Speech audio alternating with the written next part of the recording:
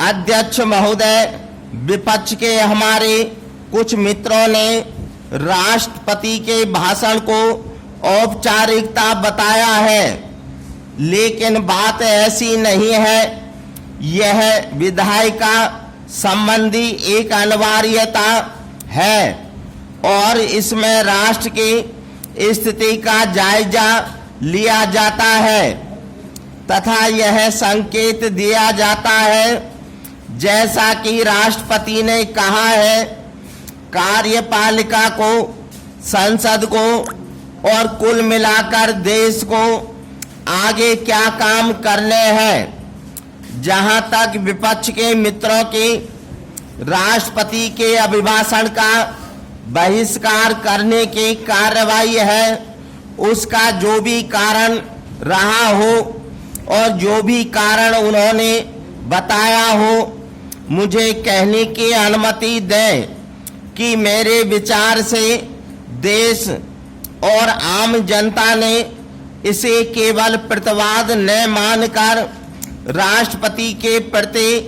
असम्मान माना है और यह बात मैं मृदु शब्दों का प्रयोग करते हुए कह रही हूं। पैरा, यद्यपि बहुत से सदस्यों ने घोषणा की है कि उनका ऐसा कोई इरादा नहीं था, लेकिन जनता इसे इसी रूप में लेती है।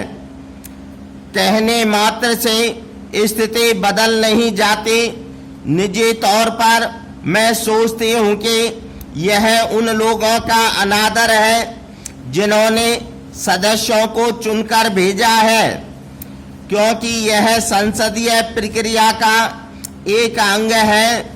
इस अभिभाषण में वे गुण हैं जो कहीं ज्यादा ठोस, कहीं ज्यादा महत्वपूर्ण है।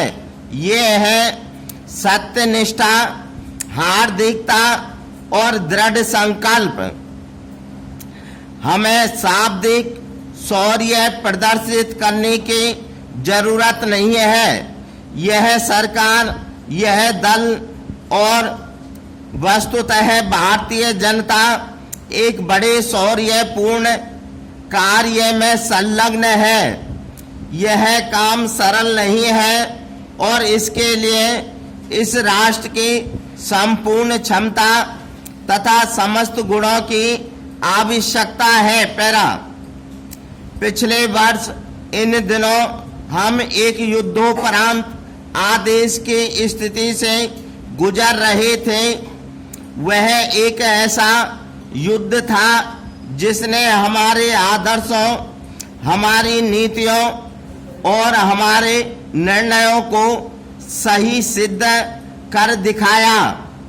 उस समय मैंने कहा था कि यह संकट यानी पाकिस्तान और बांग्लादेश संबंधी संकट जो हमारी सीमाओं में भी प्रविष्ट हो गया था, आर्थिक और सामाजिक पुनर्निर्माण के हमारे राष्ट्रीय प्रयास के लिए बाधक बन गया था।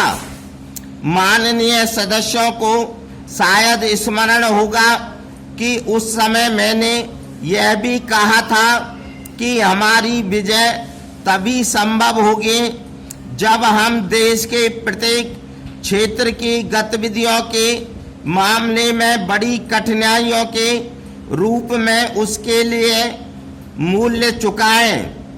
उस समय हमने जो भी कदम उठाए उससे हम पर वित्तीय और आर्थिक दबाव पड़ा। स्टॉप।